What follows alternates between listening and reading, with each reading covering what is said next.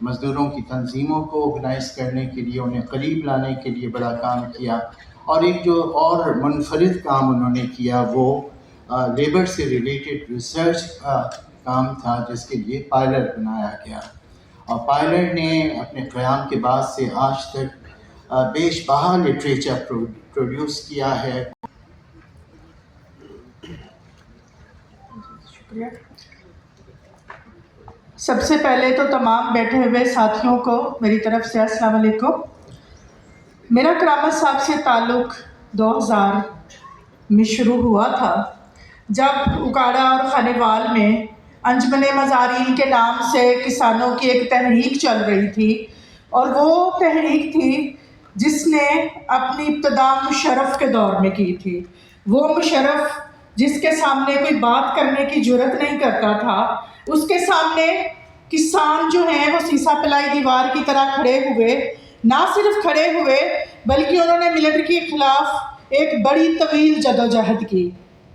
تو جب یہ جدوجہد شروع ہوئی، اس میں بچے، خواتین، اقلیتی نمائندے جب سب شامل ہوئے اور کسانوں کو پکڑنے کی اور مارنے کا کام شروع ہوا، تو اس وقت کراچی سے جو ہمارے ساتھی تھے، کیونکہ اس وقت ہماری یہ صورتحال ہوا کرتی تھی کہ کوئی ایک اخبار ہمارے اوپر خبر بھی نہیں لگاتا تھا، کوئی میڈیا چینل ہماری خبر جو ہے وہ شائع نہیں کرتا تھا، دکھاتا نہیں تھا. لیکن آہستہ آہستہ جیسے جیسے ظلم بڑھا، ویسے ویسے ہماری تحریک مضبوط ہوتی گئی اور ہر طرف سے کسانوں کے لیے آواز اٹھنا شروع ہوئی. تو کراچی سے جو سب سے بڑی پرزور آواز ہمارے لیے بلند ہوتی تھی وہ کرامت صاحب کی تھی. کرامت صاحب پورے کراچی کے ساتھیوں کو ساتھ لے کے، جس میں اب تو کچھ ساتھی ہمارے ایسے ہیں جو ہمارے ساتھ بھی نہیں رہے، جیسے مقتدہ منصور صاحب، ان کراچی سے ایک ڈیلیگیشن جو ہے وہ منظم کیا گیا 2003 میں، جب انجمن مظاہرین کے جو مین لیڈرشپ تھی اس کو اریسٹ کر لیا گیا تھا. تو ایک پورا ڈیلیگیشن وہاں پہ گیا اور وہ جا کے انہوں نے مظاہرین سے بھی بات کی، ملٹری سے بھی بات کی، اور واپس آ کے انہوں نے ایک رپورٹ کمپائل کی. اسی طرح ہماری ایک ساتھی نور ناز آغا جو اب ہم میں نہیں ہیں، منیر چینٹیو صاحب جو اس وقت بیمار ہیں، غلام حیدر صاحب، اور بھی ہمارے بہت سارے ساتھی جو ہمارے ساتھ رہے. لیکن کرامت صاحب جو ہے انہوں نے اس تحریک کو بڑا سپورٹ کیا. انہوں نے ہماری آواز کو نہ صرف پاکستان کے اندر بلکہ پاکستان سے باہر بھی اس آواز کو ایک انٹرنیشنل آواز بنا دیا. بہت دفعہ انہوں نے ہمیں یہ موقع دیا کہ ہم اپنی تنظیم کو، اپنے کام کو انٹرنیشنل لیول پہ لے کے جائیں. جب یہاں پہ سوشل فورم ہوا تو انہوں نے سوشل فورم میں بھرپور نمائندگی کے لیے ہمیں بلایا اور ہمارے ساتھ تعاون کیا. ہمارا ڈیلیگیشن جو ہے وہ جب بنگلہ دیش میں سوشل فورم ہوا تب بھی انہوں نے ہمارے ساتھیوں کو ساتھ چلنے کی دعوت دی. تو ہر ایک سٹیپ، جب بھی اکاڑا میں اور خانیوال میں ظلم ہوتا تھا تو کراچی سے جو ہے ایک بڑی آواز اٹھتی تھی، اور وہ آواز کرامت صاحب اور ان کی ٹیم کی ہوتی تھی. پائلر کے